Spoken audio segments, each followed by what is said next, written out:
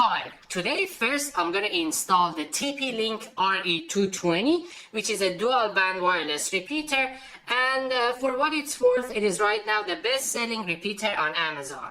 And then I'm actually going to put it to the test, and that's the part I'm really excited about. Why? Because if you follow this channel, you probably know that in the last couple of videos I talked about single band wireless repeaters and how they work, and then I installed and tested one of them. I mean this TP-Link model, and then talked about dual band wireless repeaters, how they work, and how at least on paper they're much better than single band wireless repeaters.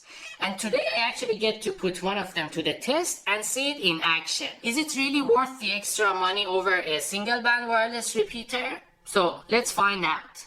First, let's quickly have a look at the repeater.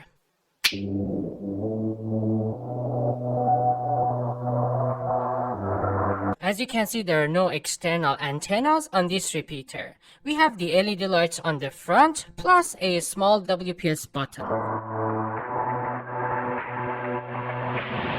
There is also a reset button and an Ethernet port which is 100 megabits per second.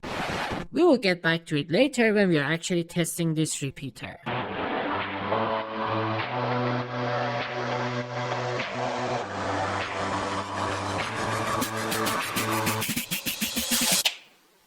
The wireless standard is 802.11 AC or Wi-Fi 5, and the maximum theoretical speed is 750 megabits per second.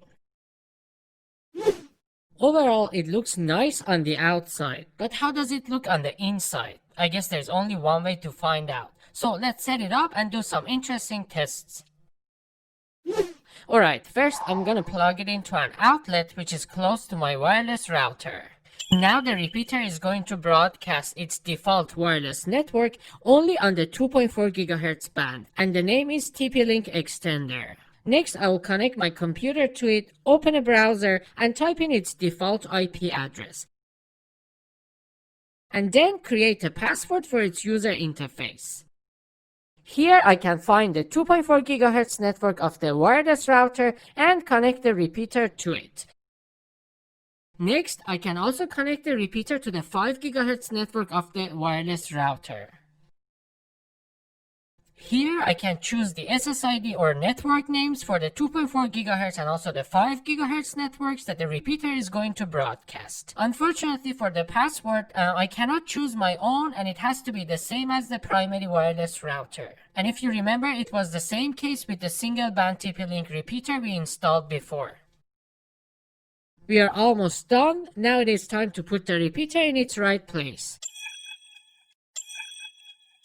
I'm also gonna connect to its new wireless network and log in again.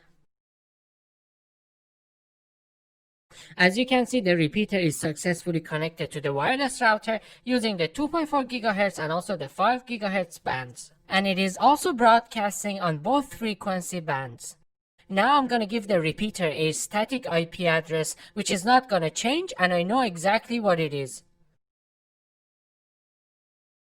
Also, I'm gonna check for any firmware updates, and if there is any available, I'll make sure I install it. So basically here I can choose whether I want to connect my repeater to the wireless router using the 2.4 GHz, 5 GHz, or both radios. And here I can choose whether I want it to broadcast using the 2.4 GHz, 5 GHz, or both radios. And as I said before, I personally prefer to use different radios for this and this purpose. In fact, if I go to the advanced settings, there is a high speed option, and if I enable it, it will do the same thing. I mean, it will use one radio here and the other one there. Now, if I set it to auto, it should automatically decide which one should be used where.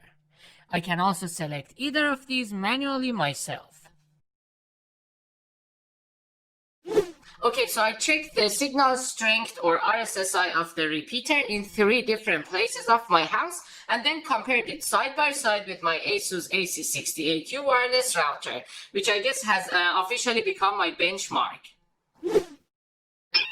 As you can see, for the 2.4 GHz band, the RSSI of ASUS was stronger in every place.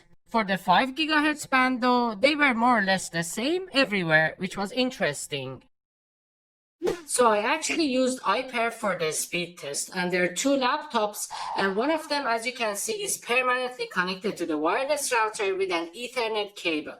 The other one though is connected to the repeater, but once using the 2.4 GHz band, once using the 5 GHz band, and once with an Ethernet cable. Okay, I started off the speed test with this setup, 2.4 GHz all across the board. And the best results I got was 35 megabits per second on channel 10. Then I moved to the 5 GHz band everywhere, and I got maximum 75 megabits per second on almost every channel.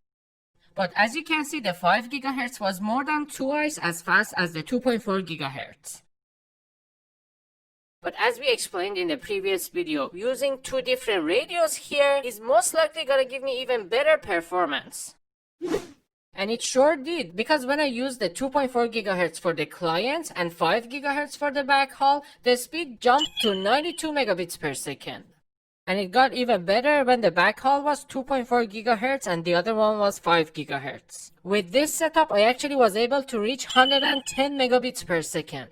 So that actually means both of these radios are capable of reaching 110 megabits per second here.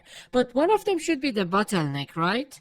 I mean, at least on paper, the 5 GHz is expected to be faster. So the bottleneck is probably the 2.4 GHz. I mean, based on the 75 megabits per second I got here, I can somehow guess that this should be probably around 150 megabits per second, maybe more up to 200. But whatever it is, based on this setup, this computer was able to reach 110 megabits per second. But just look what happened when I connected the computer with an Ethernet cable to the repeater instead of the 5 GHz network. And surprisingly, the same number when I used the 5 GHz radio for the connection between the repeater and the wireless router, which I expected to be even faster than the 2.4 GHz. We saw in this speed test, I can guess if this was a gigabit port, I probably could have reached 150 or maybe up to 200 megabits per second. So this port was actually the bottleneck. So is that really a big deal? Well, obviously not for many people who only want to use this device as a repeater to extend the range of their Wi-Fi for the wireless clients and not any wired clients. Basically, they're not even going to use this port. But if somebody wants to use this device as an access point or a client bridge, I mean use it to connect a wired device to the network, then they should be aware that this is the maximum speed they can reach, even if the wireless is faster. Till then, thank you very much for watching this video and I hope you liked it. Please give it a thumbs up if you did, share it if you think others might like it too, and subscribe to my channel if you want to see more videos like this. Thank you again and I will see you next time.